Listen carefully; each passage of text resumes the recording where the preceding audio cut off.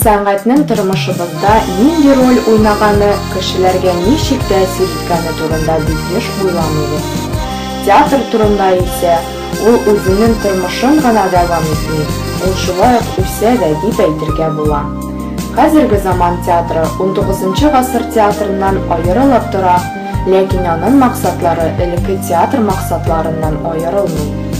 Театрда артист спектакльдә үзенә бирелгән рольне башкара. Тамашачылар аларны чынбарлыкта күрәләр, аларның хисләрен тоялар. Күз алдыгызга китереп кенә карагыз. Тамашачылар артистларны тыңларга, аңларга һәм тагын да тыңларга теләсеннәр өчен артистларның тамашачыларга җибәрелгән юлламасы никадәр көчле булырга тиеш. Нәкъ шушы сыйфатлар Галиәскәр Камал театры артистларына бирелгән.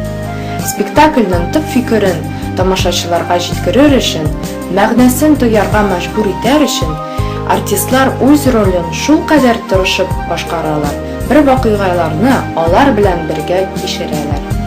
Минем тормышым турында нәрсә әйтергә мөмкин? Мин Галиәскәр Камал театрын яратам һәм аның белән сокланам. Бу сәнгать төре үләргә тиеш түгел.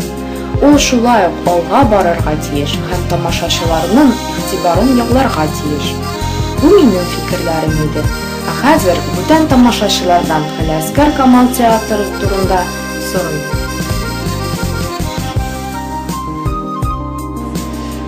Камал театрын яратам, чөнки бу минем гомеремдә иң беренче театр. Мин монда килгән. Кичкенә вакыттан инди театр, инди спектакль караганды хәтерләмим мин.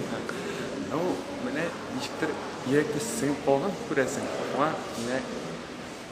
Нинди бу спектакль карарга барсам, менә монда тапта инде.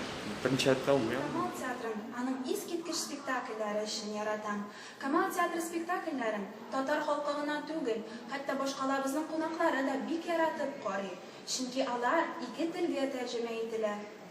Артистларның искиткеч минаулары бер кешене дә битараф калдырмый.